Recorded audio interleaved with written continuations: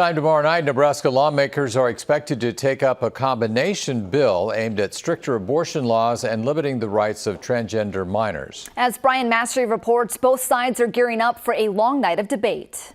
And we are supporting the 12-week amendment. Nate Graz is with Nebraska Family Alliance. After being disappointed with the 6-week abortion ban failing to advance by one vote, he believes this combined bill could help salvage the session for conservatives.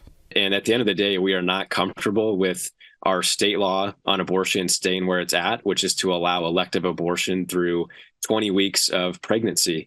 And so we believe anything that we can do to continue to provide better and stronger protection to women and unborn children from abortion is a good thing. Lawmakers are just grasping at straws to join this conservative bandwagon of taking away people's rights. Nebraska currently allows abortions up to 20 weeks. This proposal is a 12-week ban. In 2021, 89% of Nebraska's more than 2,300 abortions happened at 12 weeks or earlier.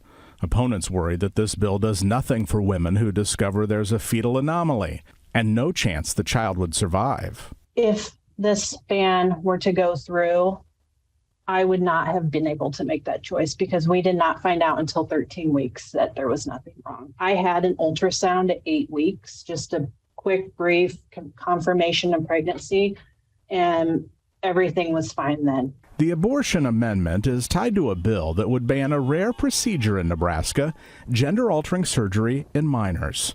Children who are struggling with gender dysphoria need compassionate care and support and time. What they don't need is harmful and permanent surgeries that remove healthy body parts.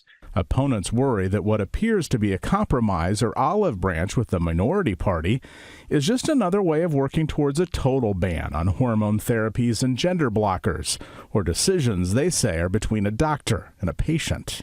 Give someone who is not elected, who does not practice gender-affirming care, to make decisions, and they can make decisions without regard to best practice medical care as set forward by nationwide or worldwide entities. On your side in Omaha, Brian Mastery, 6 News. The bill and amendments will be filibustered tomorrow night. It's not clear if either has enough votes to move forward.